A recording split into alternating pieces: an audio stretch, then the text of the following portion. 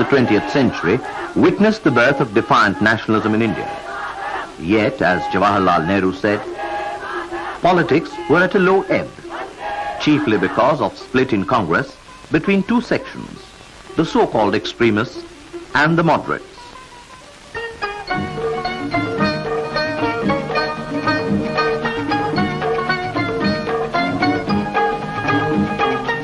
Bombay, 9th of January 1915.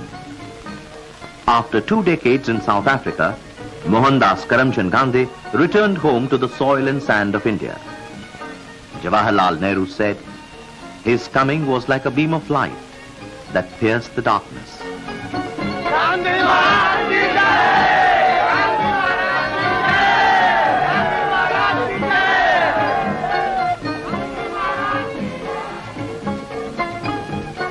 At Pune, Gokhale wanted Gandhiji to join the Servants of India Society, but other members did not agree.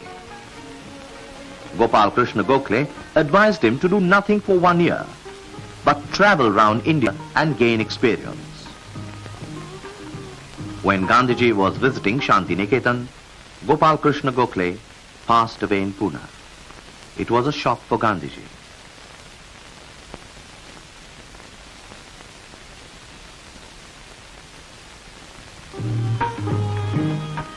He traveled to different parts of the country to know the people and understand their problems.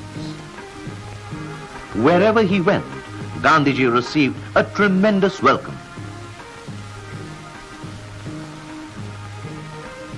During his visit to Kathiawar, he used a Kashmiri cap, perhaps a forerunner of the Gandhi cap. His journeys took him to his hometown Porbandar and several cities.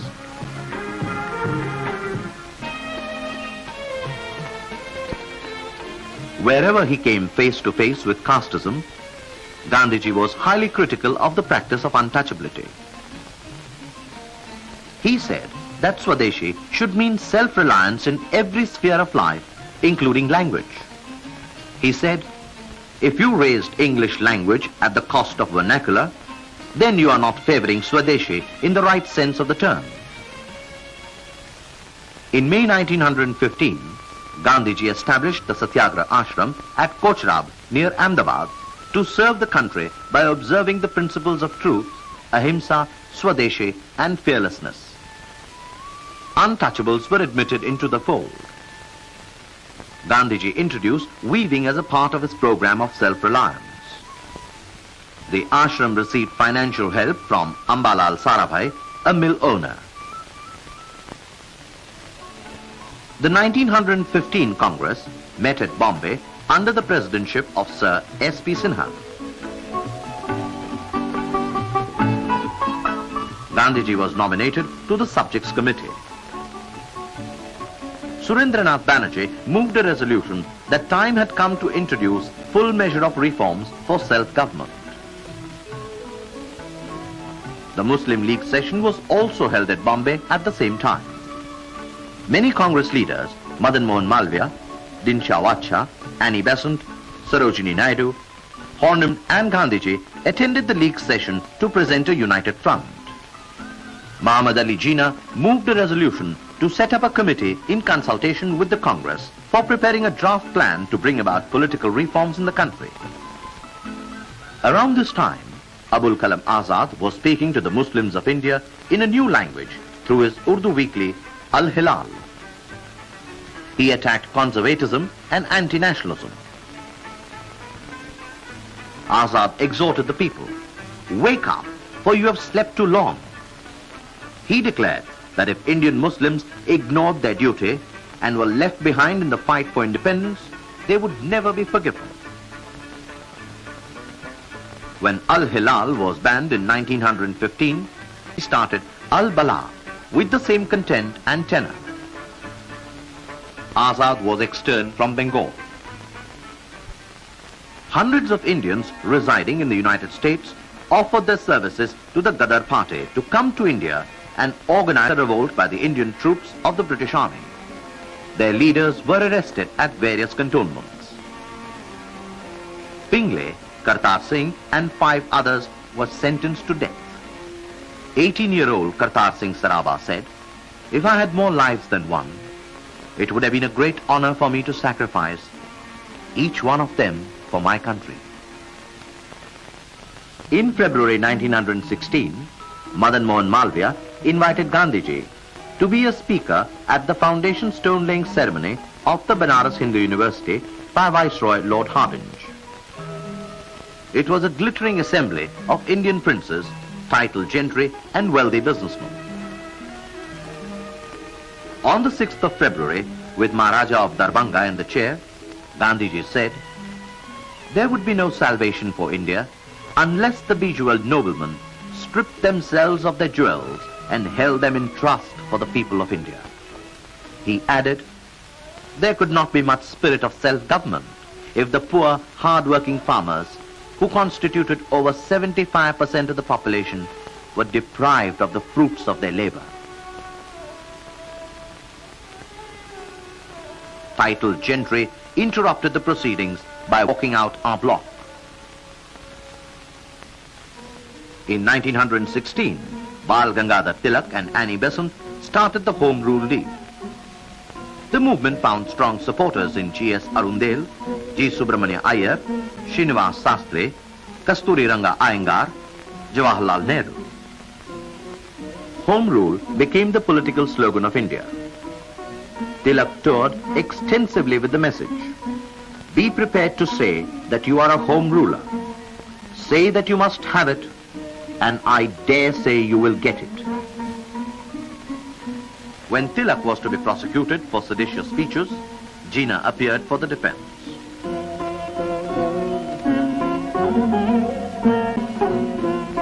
The High Court dismissed the case. The 1916 session of the Congress was held in Lucknow with Ambika Charan Mazumdar as the president.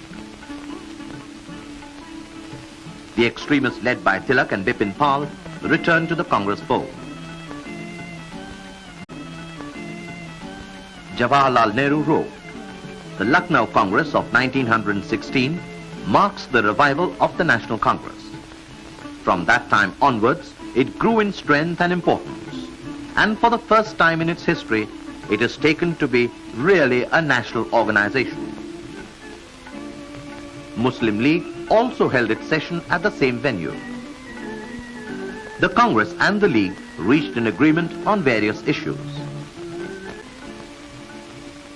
The Congress resolution said Britain should grant the reforms formulated by AICC and adopted by All India Muslim League, that India should have the same status as other self-governing dominions in the empire. Tilak gave his memorable call, "Swaraj is my birthright, and I shall have it." The British government had permitted the practice of indentured labor, that is, Indian workers taken on contract to other British colonies to work under inhuman conditions.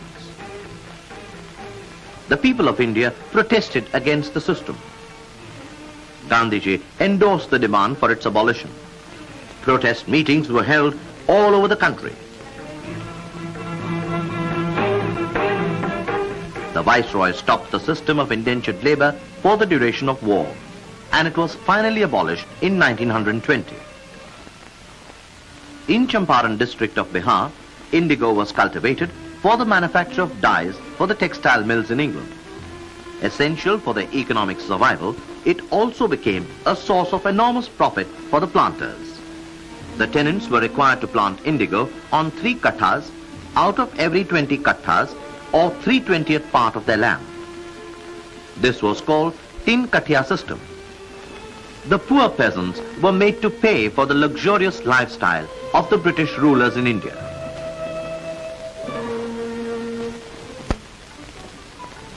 Rajkumar Shukla, a farmer from Champaran, met Gandhiji at the Lucknow session and requested him to help them. After several meetings, Gandhiji agreed to visit Champaran.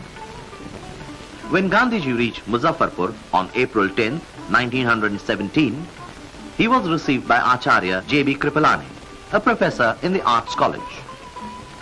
Gandhiji met the secretary of the Planters Association and explained to him the purpose of his mission in Champaran. The secretary told him that he had no business to come between the planters and their tenants. Gandhiji politely informed him, "I do not regard myself as an outsider, and I have every right to inquire into the conditions of the tenants if they desire me to do so." The commissioner of Tirhut division tried to bully Gandhiji and asked him to quit Champaran forthwith. Gandhiji ignored his threat. On hearing about Gandhiji's arrival, a large number of farmers from Champaran came to meet him. हम लोगों की अच्छी से अच्छी जमीन को ये लेकर नील की खेती करने के लिए लाचार करते हैं। अगर कोई किसान खेती करने में चूक जाता है तो उसको बड़ा भारी जुर्माना देना पड़ता है। नील की खेती हम करते हैं, लेकिन इसका अधिक से अधिक मुनाफा ये लोग उठाते हैं। By this time, two prominent lawyers of Bihar, Babu Rajendra Prasad and Braj Kishore Prasad, also offered their services. Gandhiji reached Motihari on 15th of April and went to the house of Gorakh Prasad.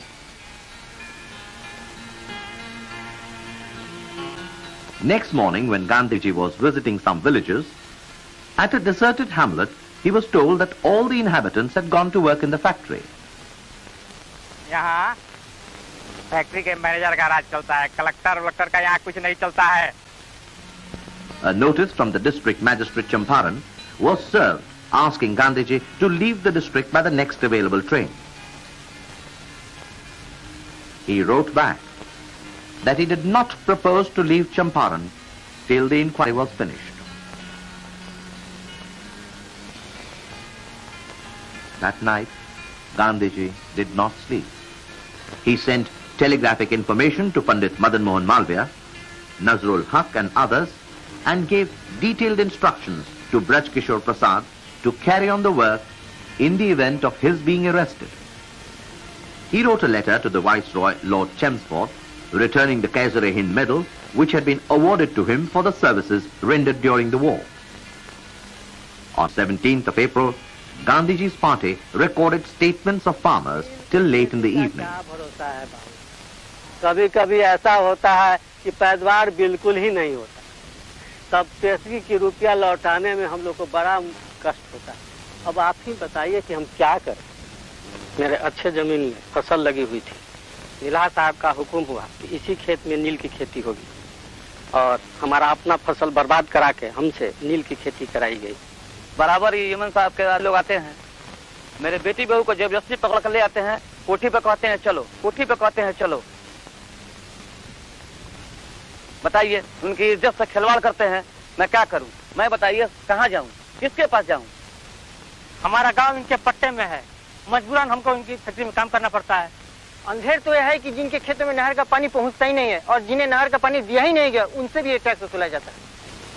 बड़े जोतदार अपने दोस्त European के साथ शिकार खेलने आते हैं, जो कभी कभी हाथी खरीदने के लिए जोतदार लोग हम ही लोगों से टैक्स वसूलते हैं।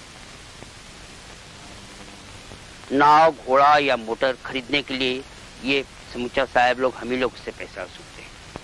नीला साहब लोग की कोठी के मरम्मत के लिए भी हम ही लोग से पैसा वसूल करके वो मरम्मती कराई जाती है। जहाँ पर काम कर ले तो फैक्ट्री वाला ताज बस्ती पकड़वा के अपन चलो बेकार नहीं करेगा वाला लोग।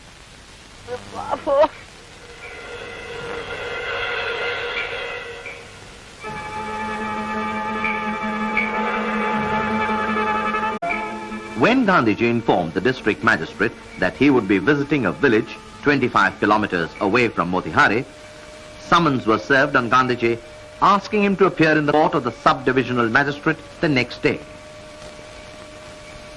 The news that Gandhiji was willing to go to jail for the sake of the oppressed peasantry of Bihar reached the remotest of Champaran villages. Next day, 18th of April, over 2,000 farmers converged on Motihari.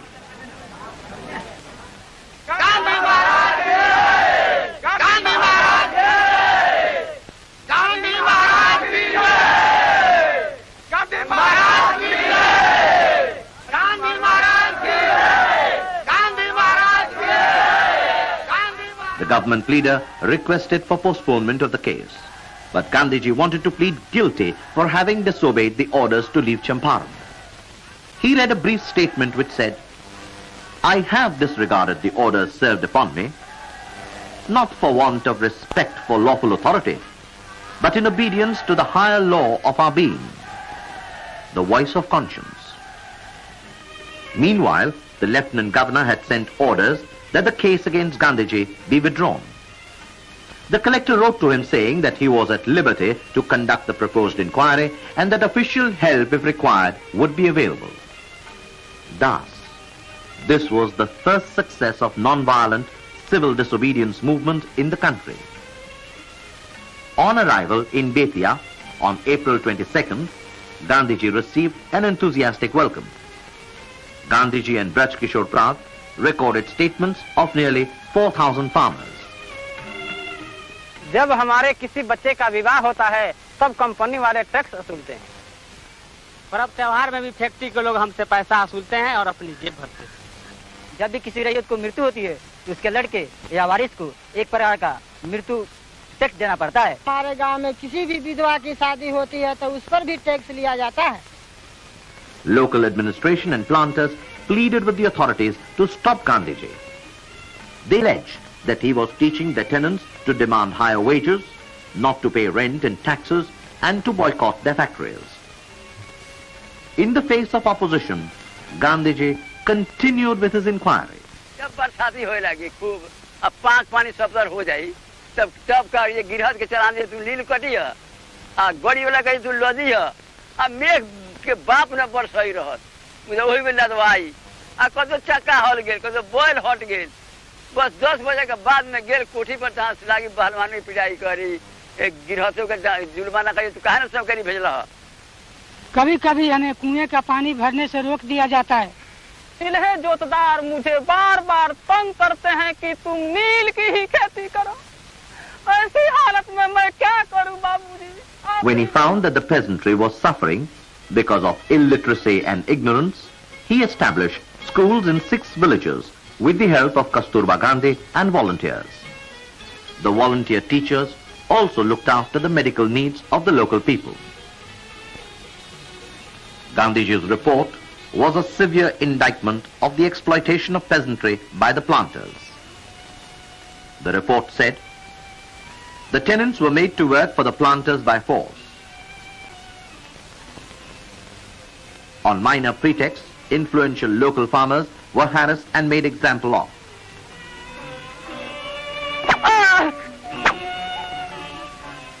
With the discovery of synthetic dyes, there was a drastic fall in the price of indigo. The planters passed on their losses to the farmers.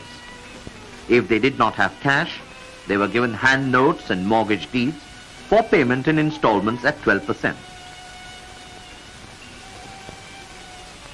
The farmers were compelled to give their best lands for the landlord's crops. Farmers had to devote all their time and energy on looking after the planters' crops and had no time for earning their own livelihood. The carts were forcibly taken away from the tenants for use by the factories of the planters. The ploughshares of the farmers were kept by the planters for use on the factory land, and the farmers could not use them. Plantation owners filed flimsy civil suits or criminal complaints against the cultivators to keep them under their control. Gandhiji's report compelled the government to appoint an inquiry commission to examine the charges. Gandhiji was requested to be a member. The inquiry committee corroborated the findings of Gandhiji. All the major recommendations were accepted by the government. Tin-Katya system was abolished through the Champaran Agrarian Bill introduced in the Legislative Council on 29th November 1917. Thus the planters' regime came to an end. A triumph for Gandhiji and a triumph for satyagraha. It made the farmers politically conscious and gave them courage and self-confidence, an important step towards freedom.